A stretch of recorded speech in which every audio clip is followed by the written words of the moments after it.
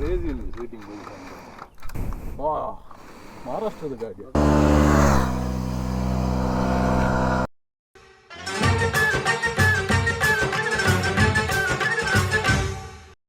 Hey fam, welcome back to another new video.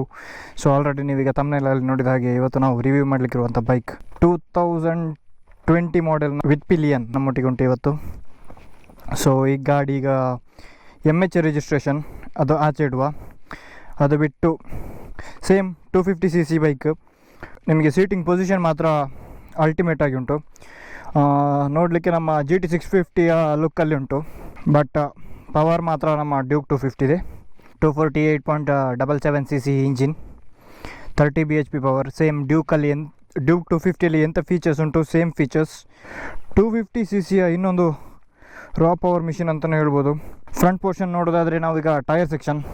So ಇದಕ್ಕೆ MRF 110/70 radial tyre ಹಾಕಿದ್ದಾರೆ.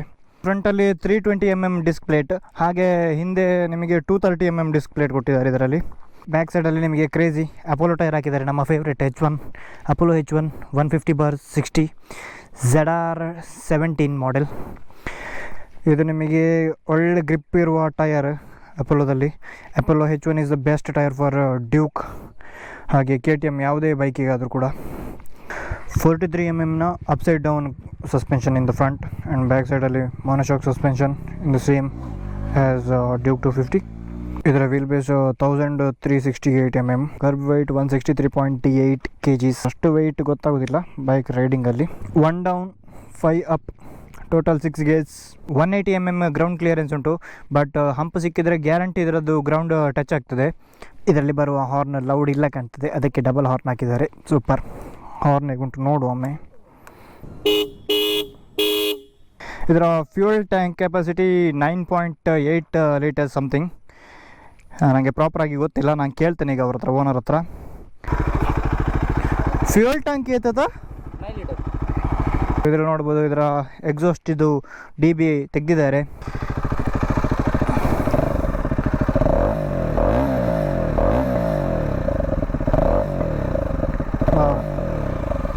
Sound ಮಾತ್ರ ultimate ಆಗಿ ಉಂಟು. ಹಾಗೆ ನೋಡೋದಾದರೆ ಇದರಲ್ಲಿ ಬ್ಯಾಕ್ ಸೈಡ್ ಇದು ನೋಡ್ಬೋದು, ಬ್ಯಾಕ್ ಸೈಡಿಂದ ಲುಕ್ ಕೂಡ ಒಳ್ಳೆಯದುಂಟು. ಆದರೆ ಇದರದ್ದು ಸೀಟ್ ಹೈಟ್ ಮಾತ್ರ ಹೆವಿ ಆಯಿತು, ಅಂದರೆ ನಿಮಗೆ ಫ್ಲ್ಯಾಟ್ ಫುಟ್ ಮಾಡಲಿಕ್ಕೆ ಆಗೋದಿಲ್ಲ ಇದರಲ್ಲಿ ನನಗೆ. ಸೊ ಅದೊಂದು ಡಿಸ್ಅಡ್ವಾಂಟೇಜ್. ಮಿರರ್ ತೆಗೆದು ಬ್ಯಾರ್ ಆ್ಯಂಡ್ ಮಿರರ್ ಹಾಕಿದ್ದಾರೆ. ಬ್ಯಾರ್ ಆ್ಯಂಡ್ ಮಿರರಲ್ಲಿ ಒಂದುಂಟು, ಇನ್ನೊಂದಿಲ್ಲ. Meter console same. Indicator light, engine light, RPM light, neutral indicator, dim and dip, ABS. ಮೋಡಲ್ಲಿ 2 ಮೋಡು, ಒಂದು ABS ಮತ್ತು ಮತ್ತೊಂದು ಸೂಪರ್ ಮೋಟೋ.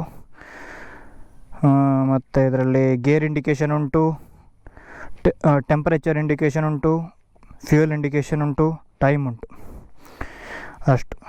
ಓಕೆ, ಜೈ. ಮೋಡು ಸೆಟ್, ಇದೆಂಥ ಬಟನ್ ಗೊತ್ತಿಲ್ಲ. ಓಕೆ, ಕ್ಲಚ್ ಸ್ವಲ್ಪ ಟೈಟ್ ಉಂಟು, ಬಟ್ ಇಟ್ಸ್ ಓಕೆ.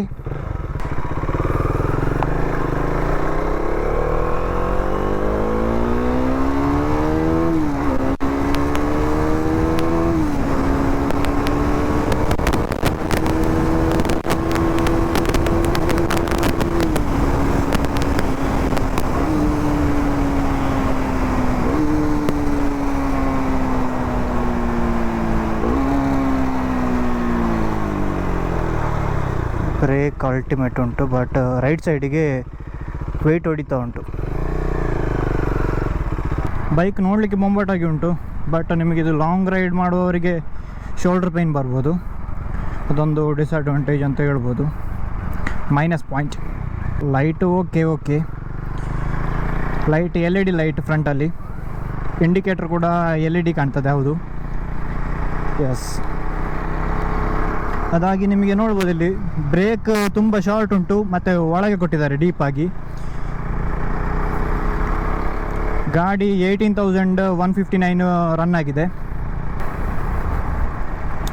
ವ್ಯೂ ಹೇಗೆ ಬರ್ತಾ ಉಂಟು ಗೊತ್ತಿಲ್ಲ ಈ ಬೈಕಲ್ಲಿ. ಇದು ಮೋಟೋ ಬ್ಲಾಗ್ ಸೆಟಪ್ ನನ್ನ ಡ್ಯೂಕಿಗೆ ಬೇಕಾದಾಗೆ ಮಾಡಿದ್ದೇನೆ. ಗೇರ್ ಸ್ವಲ್ಪ ಹಾರ್ಡ್ ಫೀಲ್ ಆಗ್ತಾ ಉಂಟು, ಅವರು ಯೂಸ್ ಮಾಡಿ ರಫ್ ಆಗಿದ್ದ ಗೊತ್ತಿಲ್ಲ. ಗಾಡಿ ಮಾತ್ರ ನೋಡಿ ಎಂಥ ಸ್ಟೇಬಲ್. ನೋಡಿ ಈಗ ಫೀಲ್ ಆಗ್ತಾ ಉಂಟು ನನಗೆ, ರೈಟಿಗೆ ಎಳಿತಾ ಉಂಟು ಗಾಡಿ. ಅದು ಬಿಟ್ಟು 5th ಗೇರಲ್ಲಿ ಕೂಡ ಆರಾಮ್ಸೆ ಹೋಗ್ತಾ ಉಂಟು, ಬಿಕಾಸ್ ಡೌನ್ ಅಲ್ಲ ಹಾಗೆ. ಈ ಬಾಡಿ ಪಾರ್ಟ್ಸ್ ಎಲ್ಲ ಎದ್ದು ಕಾಣ್ತದೆ ನಮ್ಮ ಡ್ಯೂಕಿನ ಹಾಗೆ. ನೋಡ್ಬೋದು ಇಲ್ಲಿ ರೇಡಿಯೇಟರ್ ಇಲ್ಲೇ ಉಂಟು, ರೇಡಿಯೇಟರ್ ಕ್ಯಾಪ್. ಇದರ ರೇಡಿಯೇಟರ್ ನಿಮಗೆ ಒಂದು ಟ್ಯಾಬ್ಲೆಟಿನ ಸೈಜಲ್ಲಿ ಕೊಟ್ಟಿದ್ದಾರೆ, ಇಷ್ಟು ದೊಡ್ಡ ಉಂಟು. ಇಂಜಿನಿಂದ ಬಂದ ಬೆಂಡ್ ಪೈಪಿಗೆ ಎಂಥದೇ ಕವರ್ ಕೊಡಲಿಲ್ಲ. ಕೆಳಗೆ ಒಂದು ಕೊಟ್ಟಿರುವ ಕವರ್ ಕೂಡ ಅದು ಅಷ್ಟು ಸೂಟೇಬಲ್ ಅಂತ ನನಗೆ ಕಾಣಿಸ್ತಾ ಇಲ್ಲ. ಲೋ ಆ್ಯಂಡ್ ಟಾರ್ಕ್ ಕೂಡ ಉಂಟು ಕಾಣ್ತದೆ, ಎಳಿತಾ ಉಂಟು, ಪಿಕಪ್ ಆಗ್ತಾ ಉಂಟು.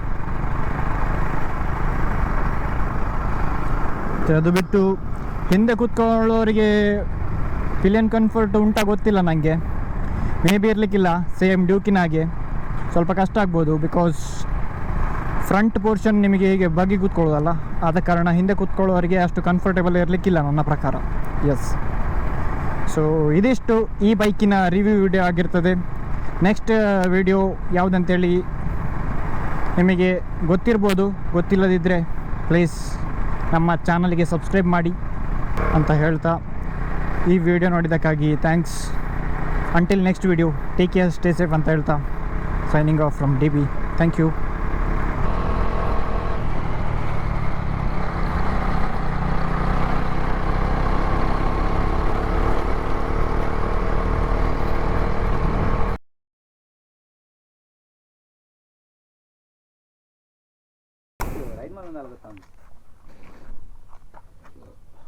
Since 1903. ಹೊಸದೆತ್ತೀನಿ, ಮಹಾರಾಷ್ಟ್ರದ ಗಾಡಿ. ಘಾಟ್